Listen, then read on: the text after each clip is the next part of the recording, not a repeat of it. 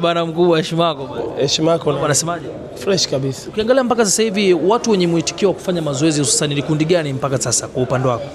Wanawake. Wanawake ndio watu wengi wenye mwitikio sana kufanya mazoezi. Unafikiri kwa nini wanawake wamekuwa na mwitikio huu hususan kwa upande wako wewe? Wanapenda sana kubadilisha mionekano yao kuweza kuwa bora zaidi. Wanaogopa uzee. Wanafanya mazoezi kwa ajili ya miaka 70 mbeleni, sio kwa ajili ya sasa hivi.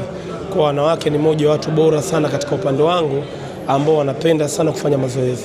Tukanipitisha hiyo elimu kwamba wanaweza kufanya mazoezi sasa hivi kuepuka labda miaka 70 mbele, inaweza ikasaidia nini labda? Kwa hiyo elimu nataka udipe sasa hivi hapa. Okay, kufanya mazoezi kwa ajili ya miaka 10, miaka 20 mbeleni kutakusaidia kuweza kuwa fit na bora zaidi, kwamba hata uzee ukikukuta au utakukuta uzee ambao umechoka, bali utakukuta uzee ambao pia utazidi kukufanya kuwa fit zaidi. Yeah. Wengi wamekuwa wakisema kwamba mastaa wengi wamekuwa wakikuamini sana katika swala hili, lakini kuna moja ya star wengi wamekuwa wakimsubiria labda pengine unaweza ukamfundisha.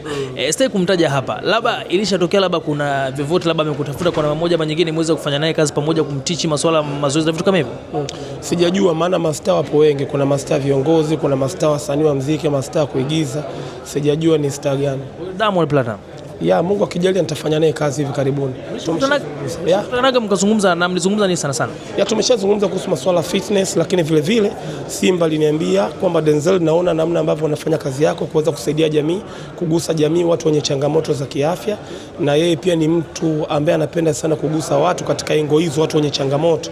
Kwa akaniambia Denzel, endapo atatokea mtu mwingine atahitaji msaada wa kiafya ambaye atahitaji kuchangiwa, usiache kuniambia ili na mimi pia niweze kuonyesha mchango wangu wa kimatibabu kwa huyo mtu ambaye atakuwa na changamoto za kiafya. Tunaona mara nyingi ni asubuhi tu ndio unafanyaga yale mazoezi kuwafanyisha watu, au hakuna muda specific? Mazoezi hayana muda specific. Kuna watu wengine wanapenda kufanya mazoezi asubuhi, wengine wanapenda kufanya mazoezi mchana, lakini vile wengine wanapenda kufanya mazoezi jioni baada ya kazi. Okay. Tuje kwenye upande wa ulaji, mwalimu kama mwalimu, mazoezi pia yanaendana na ulaji. Ni vyakula gani ambavyo vijana sasa hivi wanatakuwa wanakula angalau kuepusha mambo fulani fulani? Kwa kifupi, ukitaka kupunguza mwili inabidi uwe kwenye calorie deficit. Ukitaka kuongeza mwili unatakiwa kuwa kwenye calorie surplus. Kwa haraka tu nafikiri vitu wataelewa. Yeah. Ambapo sasa hapo sasa ndo mtu akitaka kukupata sasa inakuwaje, kwa sababu ubezi ule unao kuna ambao wanakuogopa kabisa. Sidhani kama kuna mtu ananiogopa, lakini kwa watu wakitaka kunipata basi wasiache kufuatilia page zangu za mtandao wa kijamii, Instagram ambayo natumia kama Denzel Trainer, TikTok pia natumia kama Denzel Trainer. Kwa hiyo waweze tu kuwasiliana na mimi. Vipi maendeleo ya Alikiba mazoezi yanasemaje? Mimi sio trainer yake. Si trainer. Yeah. Mara nyingi tulikuwa tunakuona uko naye sana. Sasa hivi sio trainer wake na sihitaji tena kumtrain. Kwa nini? Sijawahi kuanza. Kwa sababu uko upande wa Simba la Masimba. Yaani sijawahi kuanza kumtrain, mimi sio trainer wake, sifanye naye tena kazi. Yeah. Wanaenda kuongea hivi leo? Maisha yanabidi yaendelee kaka. Kwa hiyo anaendelea na maisha yake na mimi naendelea na maisha yangu. Tulipofikia kufanya kazi tumefanya, panatosha, sasa hivi kama tunaendelea na maisha yake.